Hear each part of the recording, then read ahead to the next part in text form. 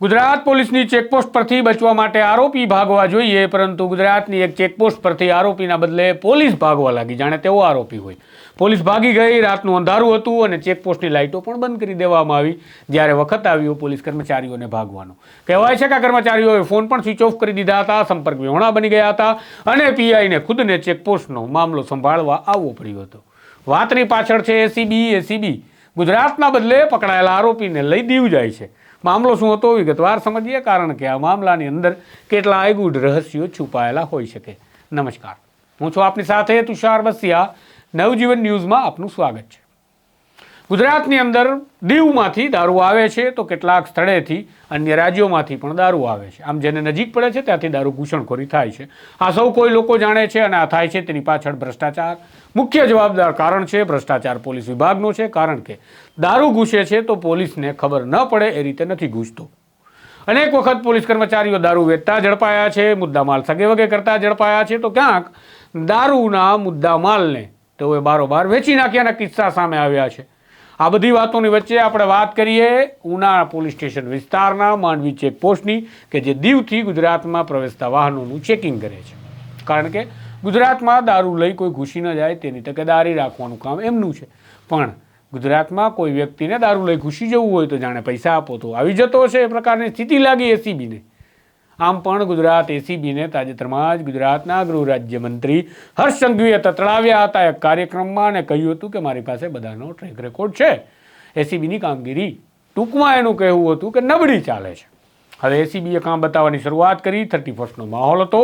નવા વર્ષની ઉજાણી માટે બુટલેગરો દારૂ શોધતા હતા, કારણ કે પિયાસીઓ દારૂથી તરસ્યા 31 રહે. કેમ ચાલે ગુજરાતમાં?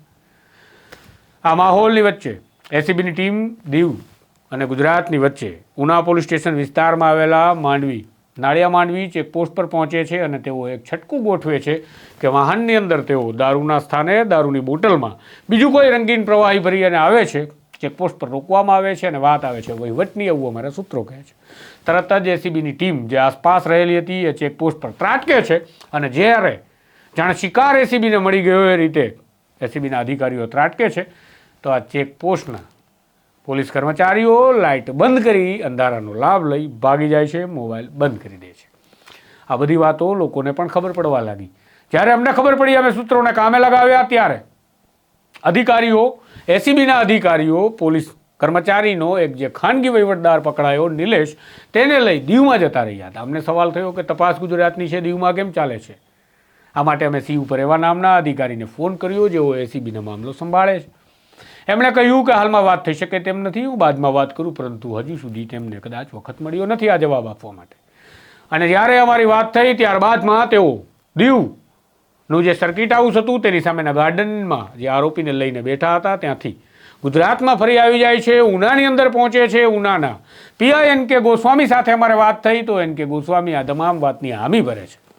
એન.કે. ગોસ્વામી આ રાત્રે એસીબીની ટીમની સાથે હતા. પકડાયેલો નિલેશ, કહેવામાં આવે છે, લોકોનું માનવું છે કે ઉના પોલીસ સ્ટેશનના એક અધિકારીનો વહીવટદાર હતો જે એસીબીએ પકડેલો છે.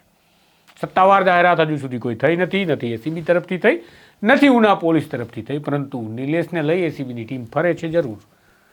રાત્રે જ્યારે આ મામલો થયો ત્યારે એન.કે. ગોસ્વામી હાજર હતા, પરંતુ હવે એન.કે. ગોસ્વામી પણ ગાયબ થયા છે ને પોલીસ સ્ટેશનના કેટલાક કર્મચારીઓ મળતા નથી.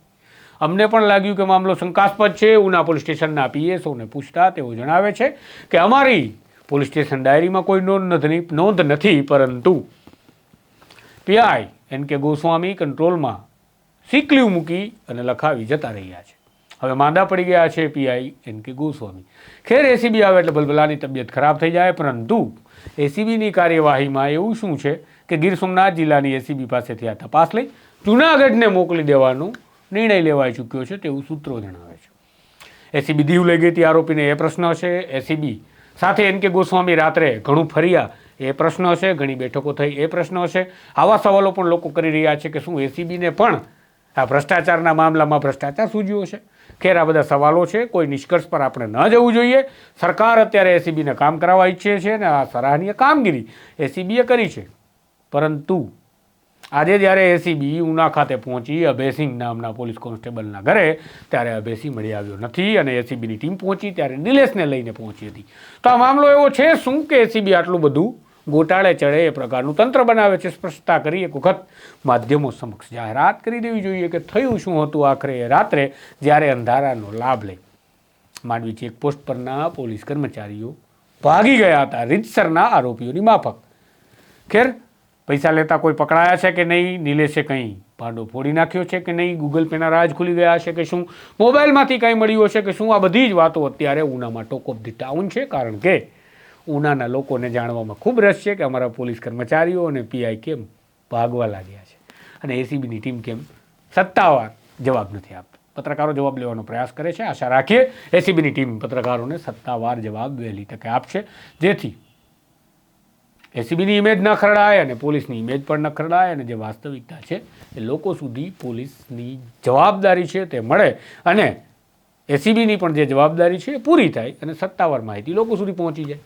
ખેર, આ પ્રકારની વાતો સમાચારો સાથે ફરી મળીશું. પડદા પાછળની કહાનીઓ, સ્ટોરીઓ માટે તમે નવજીવન ન્યૂઝ સાથે જોડાયેલા રહેજો. નમસ્કાર. વૈષ્ણવજન તો તેને કહીએ જે પીડ પરાઈ